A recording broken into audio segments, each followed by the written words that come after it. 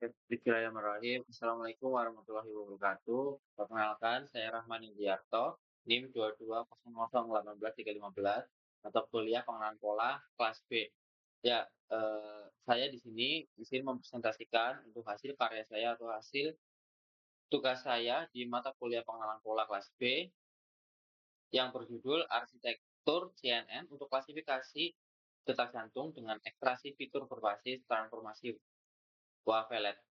Ya, jadi ini adalah judul yang saya angkat pada penelitian saya. Ya, yang pertama, langsung saja.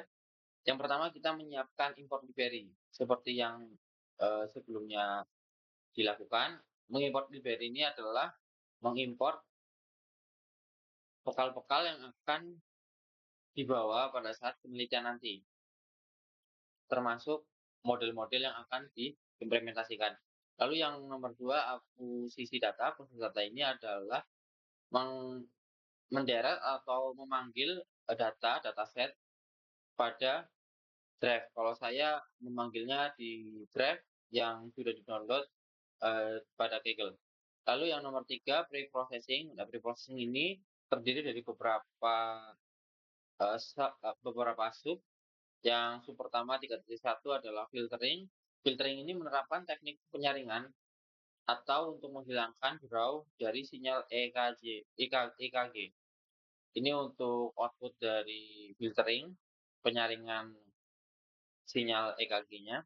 Lalu yang 3.2 subnya segmentation, membagi sinyal EKG kontinu menjadi detak jantung individual. Ini mungkin melibatkan identifikasi puncak R.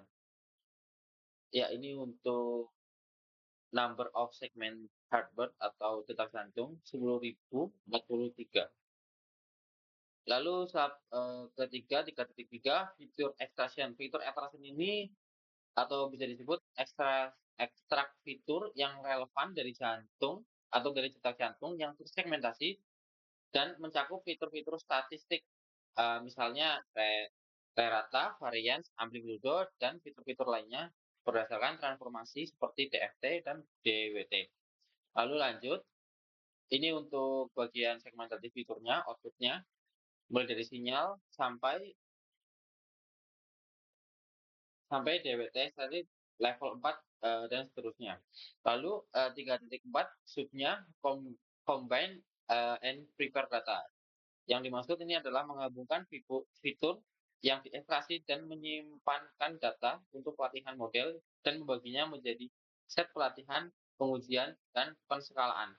Jadi di bagian ini adalah mengkombinasi dan untuk mengkombinasi serta prepare data sebelum disiapkan ke ranah pelatihan model. Jadi ekstraksinya menyiapkan data untuk pelatihan model dan membaginya menjadi set-set pelatihan, pengujian, dan penskalaan. Ya lanjut, ini untuk pembagian modelnya. Jadi dari 100% model dibagi menjadi 80% dan 20% untuk pengujian. Double X train test dan double Y train test. Lalu nomor 4, model development. Model development ini terbagi juga menjadi beberapa sub. Ya, sub pertama adalah mendefinisikan atau mengkompilasi model CNN. Ya, sebelumnya model develop ini adalah implementasi model CNN ke penelitian detak jantung dengan ekstraksi fitur berbasis transformasi eh, wavelet. Jadi ini untuk mendevelopment atau mengimplementasikan model pada penelitian ini. Yang pertama 4.1 mendefinisikan dan mengkompilasi model CNN. Jadi di sini dijelaskan untuk meretrievasikan hasil atau model yang akan dilatih pada penelitian ini dan model sequentialnya, layer, output, dan paramnya, total trend param dan non-tribal param ini di-outputkan menjadi dalam bentuk tabel, count it, dan average, descent, sampai dropout.